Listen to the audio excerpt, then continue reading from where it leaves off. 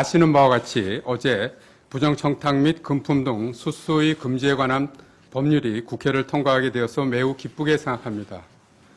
우리 사회는 그동안 연고주의나 온정주의가 만연하여 알선 청탁이 자연스럽게 받아들여지고 부패를 유발하는 주요 원인으로 작용하고 있었습니다. 하지만 이를 제재할 수 있는 제도적 장치가 미비하여 그로 인한 부패도 적지 않았습니다.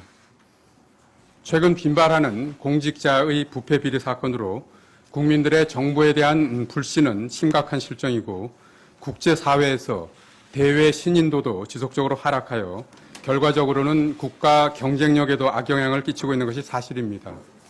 이러한 현실을 타개하고자 부정청탁 금지 및 공직자의 이해충돌 방지 법안을 저희 위원회에서 마련해서 2013년 8월에 국회에 제출하였고 그동안 여러 차례 논의 과정을 거쳐서 그중 이해충돌 방지 부분을 제외한 법률안이 드디어 3월 3일 국회 본회의를 통과하게 되었습니다. 우선 이 법이 통과할 수 있도록 적극적인 관심과 지지를 해주신 국민 여러분들께 감사의 말씀을 드립니다. 아울러 우리 사회의 부패 척결을 앞당기기 위해 여러 차례 심도 있는 논의를 해주신 국회의원 여러분들께도 진심으로 감사하다는 말씀을 드립니다. 대통령께서도 취임 초기부터 부패 척결에 대한 강력한 의지를 표명해 왔으며 그동안 수차례 이 법의 조속한 통과를 당부하셨는데 이제 그 결실을 맺게 되어서 매우 뜻깊게 생각합니다. 앞으로 권익위원회는 국민들의 청렴에 대한 열망이 담긴 이 법이 우리 사회를 보다 투명하고 깨끗하게 하는 새로운 이정표가 될 수 있도록 최선의 노력을 다하겠습니다. 또한 국회 심의 과정에서 제기된 사항들과 시행에 필요한 제반 사항들을 꼼꼼히 살펴 이 법이 조기에 정착될 수 있도록 만전의 준비를 다해 나가겠습니다. 이 법이 시행되면 그동안 우리 사회에 만연한 청탁과 금품 수수 관행이 근절되어 공직사회의 부패를 근원적으로 제거함은 물론 나아가 국가의 청렴도를 획기적으로 제고할 수 있을 것으로 기대합니다. 감사합니다.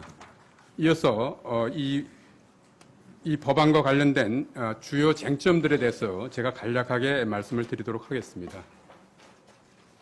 먼저 법 시행을 대비한 후속 조치 사항 관련입니다. 저희는 지금까지 이 법을 부정청탁 금지법이라고 불러왔기 때문에 그렇게 말씀을 드리도록 하겠습니다. 부정청탁 금지법의 시행에 대비해서 후속 조치 사항들을 차질 없이 준비할 수 있도록 이미 그 TF를 구성해서 운영 중에 있습니다. 아시다시피 이 시행 시기가 이 법이 공포된 날로부터 1년 6개월이 경과한 시점인 2016년 9월 이후가 될 것으로 예상하고 있습니다. 우선 저희들이 부정청탁금지법 시행준비단을 구성해서 운영하면서 시행령을 만들어야 됩니다. 그래서 시행령을 포함한 각종 관련된 하위법령 제정을 조속히 추진하고 새로운 제도가 조기에 정착이 될 수 있도록 청년문화 확산을 위해서 지역별 순회 설명회를 개최하고 또 언론에도 저희가 적극적으로 홍보를 하고 업무 편람이라든지 매뉴얼을 작성해서 배포할 계획으로 있습니다. 아울러 법 제정 과정에서 제기된 여러 가지 문제들을 철저히 분석 대응해서 후속 조치 작업이 차질 없이 진행될 수 있도록 만전을 기해 나가겠습니다. 두 번째는 언론에서도 많이 지적을 하고 있습니다만 제정법에 대한 위헌성 관련의 문제입니다. 우선 적용 대상에 사립학교 등 민간 부문이 포함된 것, 또 직무 관련성 없는 형사처벌 등 이 법의 제정과 관련해서 여러 가지 위헌성 문제가 제기되고 있는 것으로 알고 있습니다. 그러나 이 법안은 국회의 논의를 거쳐서 통과된 것이기 때문에 저희 행정부의 입장에서는 이 통과된 법률이 혼란 없이 안정적으로 집행될 수 있도록 최선을 다하겠습니다. 특히 향후 시행령과 예규를 제정하는 과정에서 국민들께서 우려하시는 점들을 구체적으로 보완해서 이와 같은 논란들이 해소될 수 있도록 저희들이 적극 노력을 하겠다는 말씀을 드립니다. 세 번째는 이제 금품 수수 시에 배우자가 금품을 받았을 때 신고하는 문제입니다. 이 배우자의 금품 수수 사실을 신고하도록 해놓은 것은 공직자의 직무와 관련된 금품이 배우자를 통해서 우회적으로 제공되는 것을 방지하기 위한 목적입니다.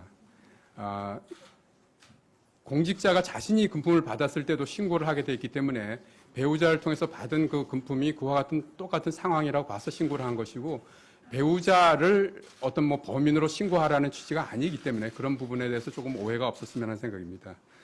또한 가족의 범위를 배우자로 한정시킨 것은 새로운 제도 도입의 안정적인 정착을 위해서 공직자와 직접적인 경제적 이익을 공유하면서 가장 밀접한 관계에 있는 배우자를 우선적으로 규정한 것으로 이렇게 알고 있습니다. 네 번째는 법 시행에 따른 경제에 관련 어떤 부정적인 영향이 있지 않느냐 하는 우려에 관련된 문제입니다.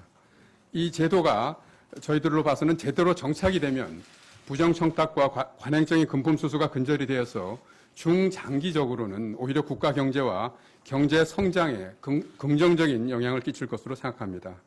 이미 여러 그 연구소에서 나와 있는 각종 연구에 의하더라도 청렴한 국가일수록 1인당 소득이 높고 경제 성장률도 높아지는 등 반부패 청렴이 국가 경쟁력에 긍정적인 영향을 미치는 것으로 이렇게 조사되고 있습니다.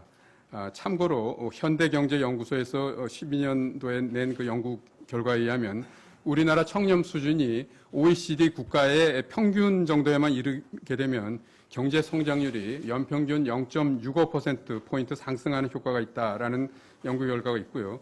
또 하버드 대학교 대학원에서 경영대학원에서 낸 그 연구 결과에 의하면 여러분이 알고 계시는 그 국제투명성기구의 부패인식 지수 CPI라는 지수가 10점 상승하면 해당 국가 내에서 경영활동을 하는 기업들에게 약 7.5%의 세율 인하의 효과를 유발해서 경제에 큰 도움이 된다. 이런 연구 결과가 있다는 것을 말씀드립니다. 이상 간단하게 네 가지 그 쟁점에 대해서 말씀을 드렸습니다. 이제 여러분들 그 기자분들의 질문을 받도록 하겠습니다. 이 어떤 전반적인 내용에 대해서 질문을 해주시고 구체적인 어떤 특정한 케이스에 대한 질문은 나중에 다른